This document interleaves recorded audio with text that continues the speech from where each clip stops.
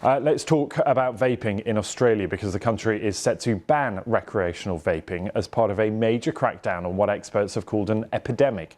Well, that means that vape products can only be sold with a prescription. The new measures will need to pass Parliament before becoming law. But as Phil Mercer finds out, there are fears that it will simply fuel a black market. I can sell you the device, can't sell you any nicotine. Australia's vaping retailers are facing oblivion. Their products have to be free of nicotine, but they could soon be closed down by the government. Owners are concerned that a ban on recreational vaping will fuel the illegal market. Without a regulated industry, the problem will just get bigger. They can ban the imports, they can ban single-use disposables, they can ban vapes, and the youth vaping will become bigger. The black market will get bigger, and they will come through border force. They will get through the border somehow. E-cigarettes heat a liquid that's turned into a vapour which is inhaled. Experts worry that they're creating a new generation of nicotine addicts. We know that young people who try vaping are at 3 times the risk of going on to smoke. That's a real concern. We can either call that a gateway effect, or you can call it increased risk factor. But it's a real threat to the success of our tobacco control program that we've had in Australia.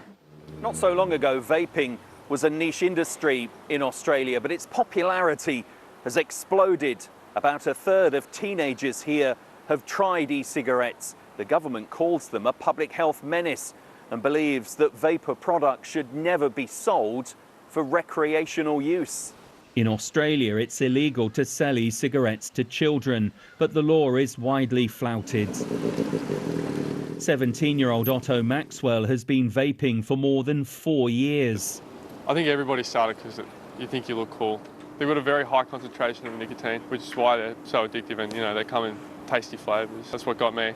Under the government's plans, e-cigarettes will only be sold at pharmacies with a prescription.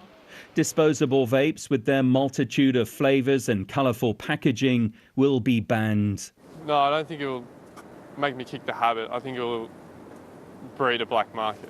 Just because there's laws changing around vapes and, restricting access to it doesn't mean that you can't get your hands on it. So I don't think it's going to help addiction.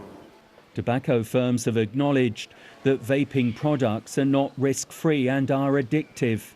But they insist that they play a major role in providing smokers with a safer alternative to cigarettes.